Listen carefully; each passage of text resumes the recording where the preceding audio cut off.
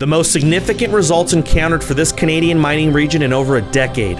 With a Canadian Mining Hall of Fame legend at the helm for more discoveries statistically than 1,000 geologists combined, this is the one hard asset stock to research right now. Learn more at futuremoneytrends.com/hardassets.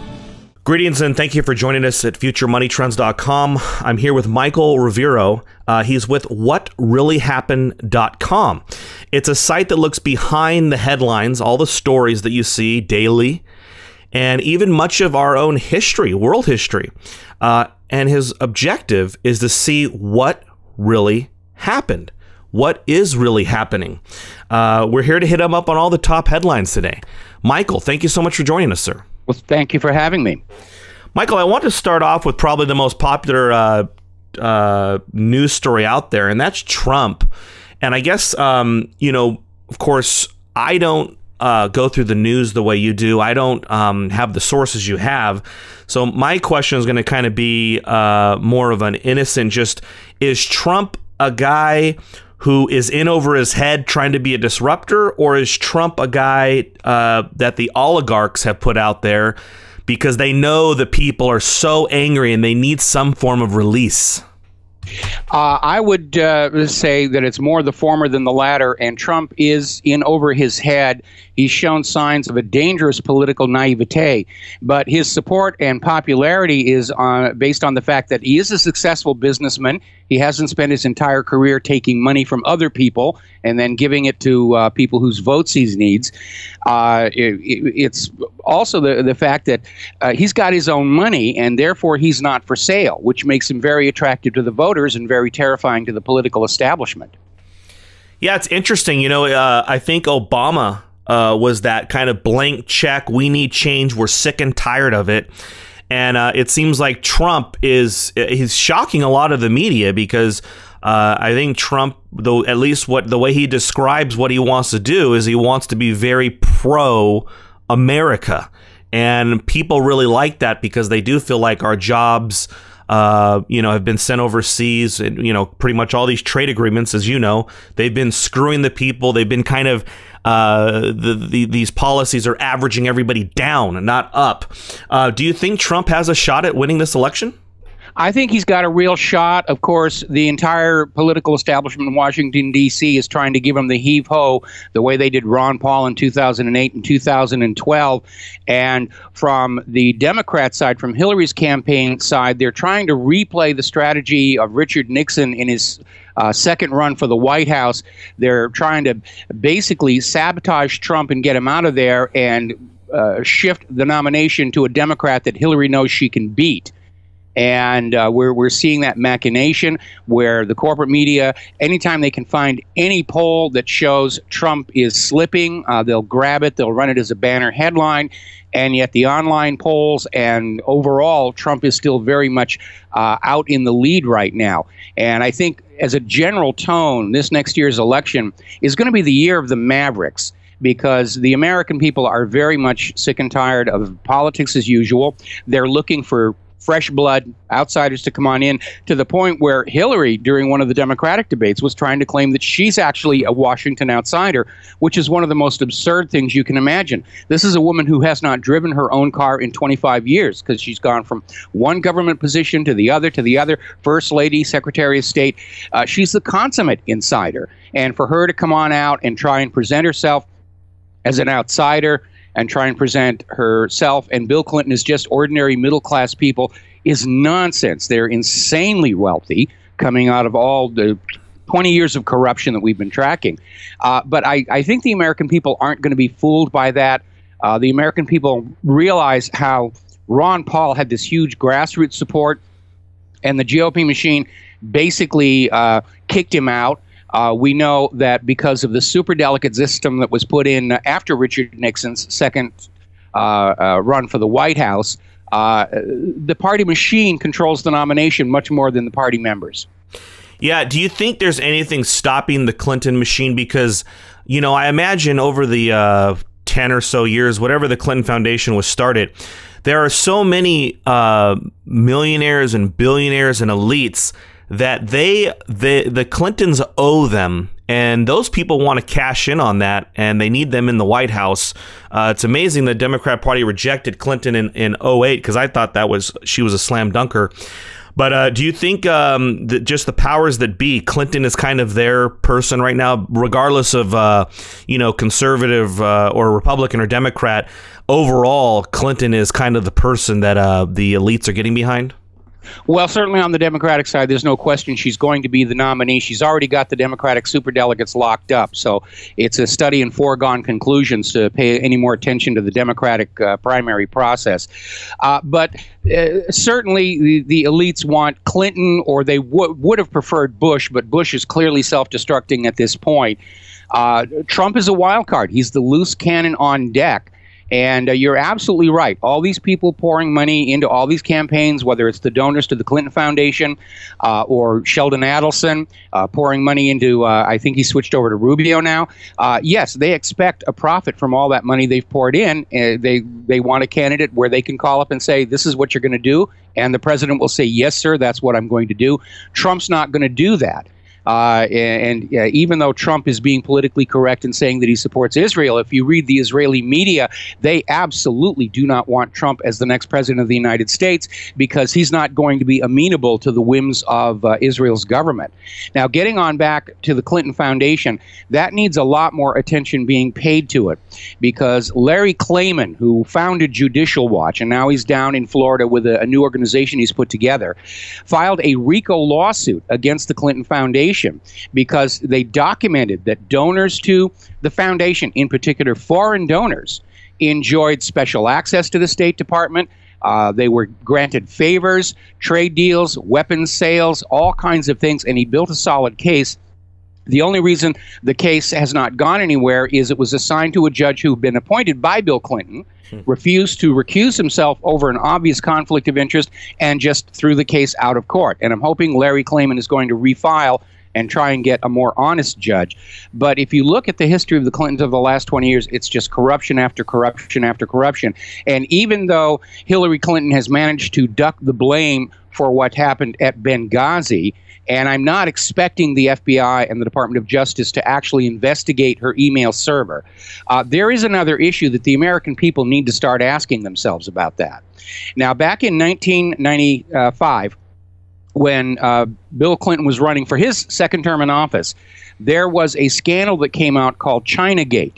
And the way it worked was Bill Clinton, as president, authorized the sale of very sensitive U.S. technology to China, including technology with military application that allowed China to close the gap with the U.S. with their military missiles. And these transfers were opposed by the Pentagon, intelligence agencies, pretty much everybody.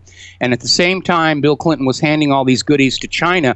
Huge donations were pouring into his reelection campaign from American citizens of Chinese descent. And it later came out that these Chinese Americans were acting as conduits for money that came from Chinese sources, including Chinese intelligence agencies. And the scandal was called Chinagate. If Congress had been doing their job, they would have impeached him right there at that point.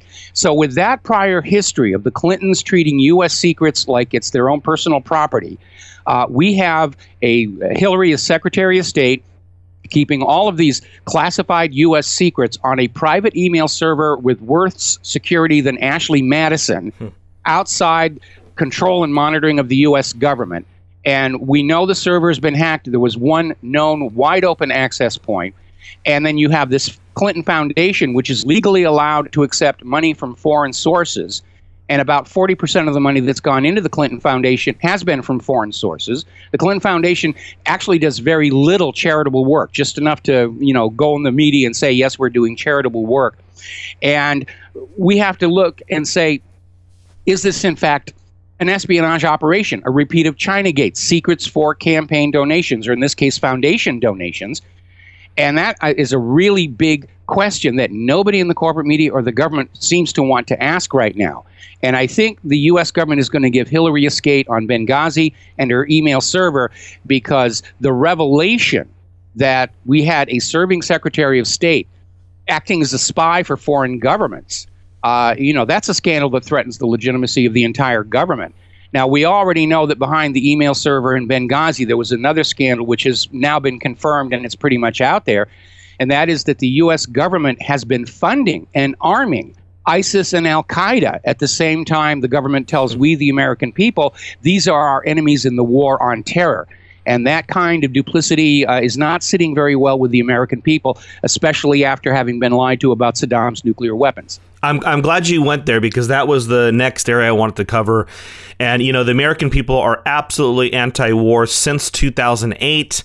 Obama, of course, got that Nobel Peace Prize. I don't even know if he was like 2 months into his presidency. And, you know, most Americans, they're trying to raise their families. They don't want to be in wars. They've clearly stated that through their votes. And you know, you turn on the news or look on Drudge, and we're over there in Syria, practically on the verge of starting World War III with Russia. We're over in China's backyard. I mean, how would we feel if they were over by Catalina Island in San Diego or Southern California? I mean, it just seems like America is trying to spark a major war. What are your thoughts, and what are you seeing? Well, it's very easy to understand when you go back and you look at the economic forces that are driving this. At the end of World War II, there was this meeting of the world's economic powers at a luxury resort in New Hampshire called Bretton Woods. And it was at this meeting that the U.S. dollar was declared the global trade and banking currency, taking over from the British pound. In fact, that had been Roosevelt's deal with Winston Churchill. Roosevelt would bring the U.S. into the war against the Nazis if Britain would allow the U.S. dollar to take over that global trade and banking role. And all of the nations at Bretton Woods signed on to this on the condition that the U.S. government not overprint dollars and loot the rest of the world with ink and paper, and that the U.S. dollar would always be redeemable in gold for $35 per ounce of gold. And they signed on to that. And because the Federal Reserve is not actually a part of the federal government, of course, they did start overprinting dollars. And much of the post-war prosperity in America was based on the fact that the Federal Reserve would just print up all these boxes of ink and paper notes, send them to other countries, and those countries would be required to accept them and send back imported goods, manufactured goods, agricultural produce.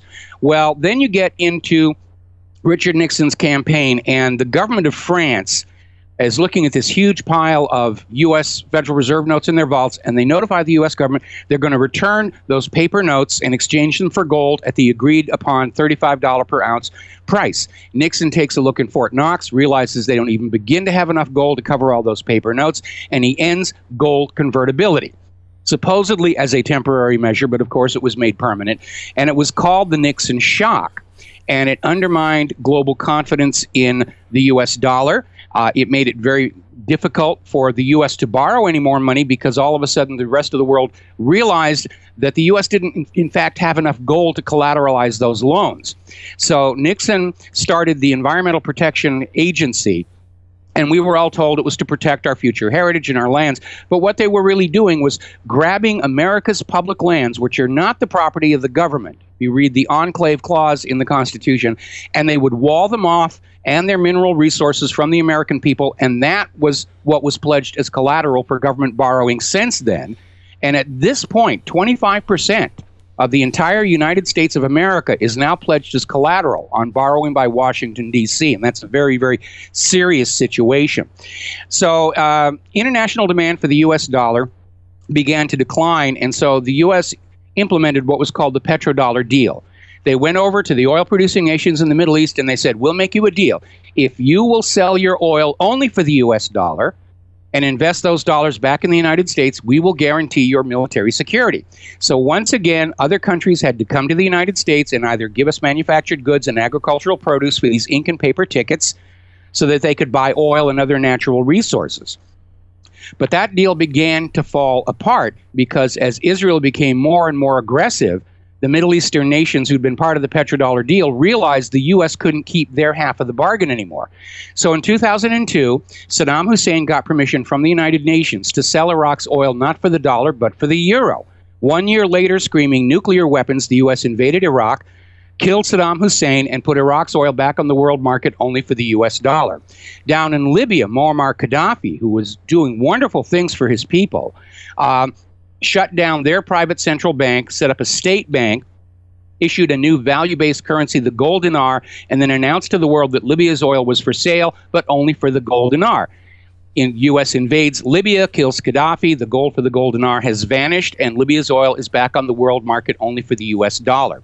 So if you look at all this pattern of invasions, and now Venezuela has made the U.S. government's special high-interest targets list, what this is really all about is the U.S. at the point of a bayonet trying to force the world to go on using the U.S. dollar for global trade and banking, out of which the U.S. financial system makes a piece of the action through either interest or favorable trade arrangements. But the rest of the world doesn't want to go along with that. And so right now, the United States government sees the two biggest threats to the continuance of this deal, the Russian ruble and the Chinese yuan. And the reason they're forcing along as hard as they can to this war agenda is because over the last 30 years, Wall Street got very lazy. The bankers got lazy. They had this guaranteed flow of revenue coming in from the world using the U.S. dollar. We've allowed U.S. manufacturing to decline both in quality and quantity. And nobody wants our agriculture because of the GMO problem. And so if the world stops using the U.S. dollar and the U.S. can't get that interest revenue from loaning dollars to the world, the U.S. economy is going to implode. And that is the real agenda lying behind all of this war making all across the globe, trying to force the world back to Bretton Woods and the petrodollar at the point of an American bayonet. So do you think the U.S. is willing to go through with it to lure Russia and China into some type of war, either via Syria or the South China Sea, or actually direct? Could flash up in Ukraine. Poroshenko is out there trying to goad and provoke Russia.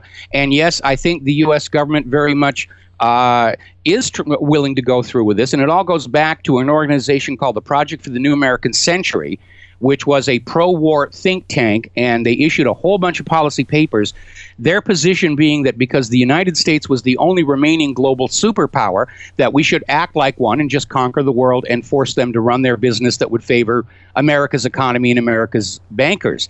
But that policy has failed. We're seeing Russia and China rise again as global superpowers. We're back to a multi-polar world. And the reality is, if you're looking at it objectively from the outside, the U.S. agenda has already failed.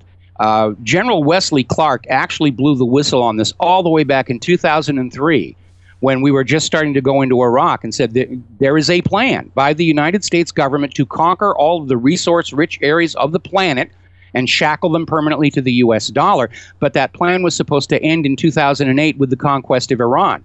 Here we are in 2015. We've had to go back into Yemen twice. We've had to go back into Libya twice. We're going back into Iraq for the third time. Still can't get into Syria, let alone Iran. And the war agenda is in trouble. Unfortunately, our government has gone past the point of no return. They can't stop and say, okay, we were wrong. We'd like to return to status quo ante, turn around and go back, because that would implode the economy. From their point of view, they have no choice but to move forward. And the real danger is Syria was a wake-up call.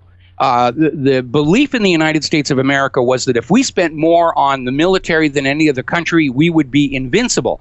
But we're now aware of these huge boondoggles like the F-35, which is still not in active service, F-22 still asphyxiating its pilots, Independence-class littoral combat ships, underarmed, under-armored, wide open to jamming.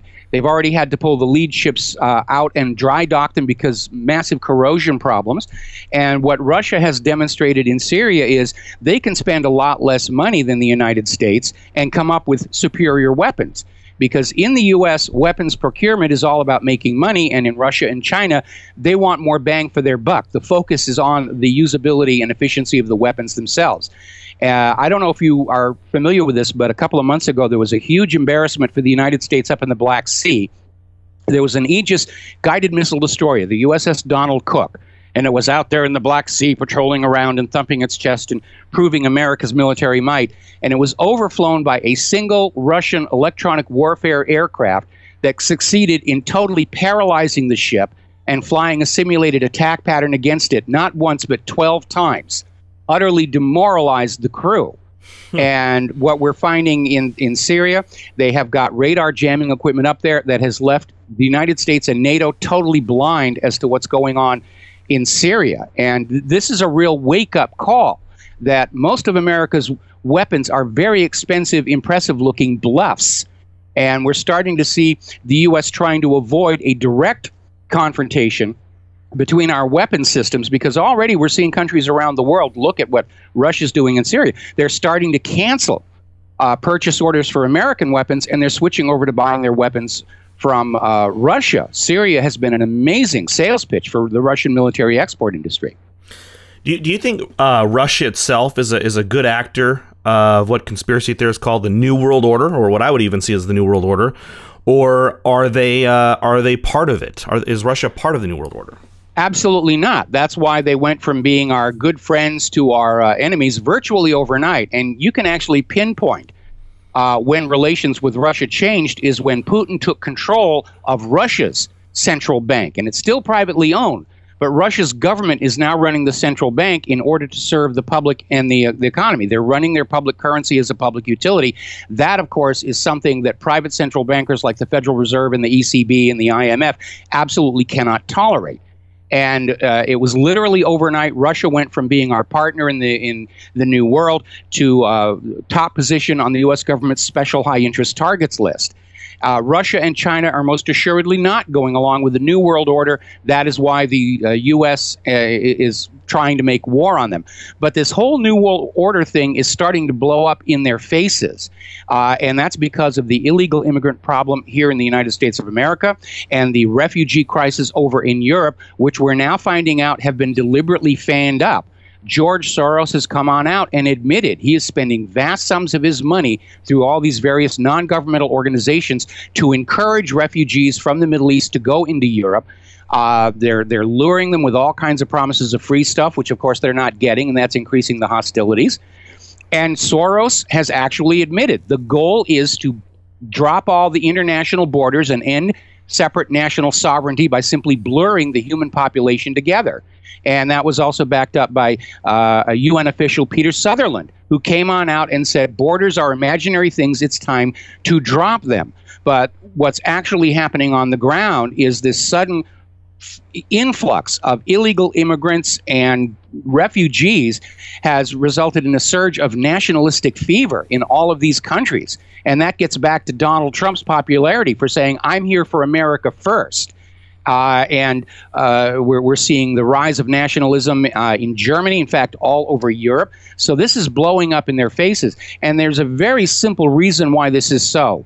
Anytime you have an immigration or a migration system set up to flood people into a country where they're not supposed to be, it's acting as a filter. You're not getting the best of the people from the source country. You're getting the very, very worst. In fact, if you'll remember when the U.S. government opened the borders to Cuban refugees a few decades ago, Castro went down to the prisons, emptied them, put them all on boats, and said 90 miles that way. And Florida has been suffering under a huge crime wave in the Cuban population ever since. Governments in Mexico and Central America have been doing exactly the same thing. As long as the United States is willing to be that foolish, they're taking all of their prisoners, putting them on the border and saying, go across, they'll take care of you. And as a result, we're having this huge problem. The incoming immigrants and the refugees, for the most part, are not setting a very good example. They don't look like they're going to be an attractive addition to the local community, and that has accelerated the backlash against them. Yeah, it's pretty much destroying those societies, too, because, I mean, I was reading a Drudge article, I think it was yesterday. One German town, it was like a population of 128 people, received over 700 refugees. And, of course, one of the biggest problems I see, I mean, I'm come from Southern California, and the problem with this just overwhelming the system with immigrants is really when people don't attempt to adopt the culture or especially when you're dealing with the people who, are tied to a 15th century ideology, very violent, very anti-women's rights. What George Soros, for him to want to dilute Europe, essentially get rid of the European culture and their borders and even global borders, what benefit is it to him? Is he trying to push everybody down? And even though he's a billionaire, or what is he trying to do? Very much so. I mean, what they're trying to do right now is erase or dilute our sense of a national or regional or historical identity. That's the agenda behind all these attacks on like the Confederate flag, the desecration of Confederate war memorials and graves. They're trying to basically erase all of that so we lose our sense of who we are in terms of where we're standing on the globe. And the ultimate goal is a one world government and a single private central bank holding all of the human population in debt slavery forever. That's the goal. It's literally a global return to feudalism and serfdom. And I'm guessing because they feel like humanity is going to destroy itself. I'm sure these guys in their heads, they think they're trying to help us. No, I don't think they're thinking that at all. They're thinking about, they're driven by their ego and their vanity. I mean, people with the kind of money that George Soros have, they think it makes them gods, and they want to play with the planet like it's their own personal toy. And they're not driven by any altruistic feelings whatsoever. They want to stand on top of a temple of solid gold built to their everlasting glory and proclaim themselves ruler of the world.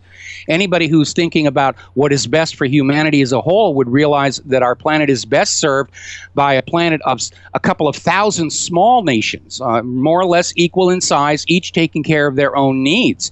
Because if you really think about it, national borders serve the same function for planet Earth that fireproof doors do in a building or watertight bulkheads in a ship. And if you block open the fireproof doors or you lock open the hatches on those bulkheads, it may seem like things are better because you can get around a lot more quickly. But if you do that, the first office fire destroys the building, the first leak anywhere sinks the ship. And we should have learned a lesson from 2008, where the already existing economic globalism allowed the mortgage-backed security fraud implosion on Wall Street to wreck the banks all across Europe and Asia. And we should have learned a lesson from that. But the people who want more wealth and more power understand that the larger the empire, the more profitable it is for the people at the top. And they don't care what happens to the people at the bottom.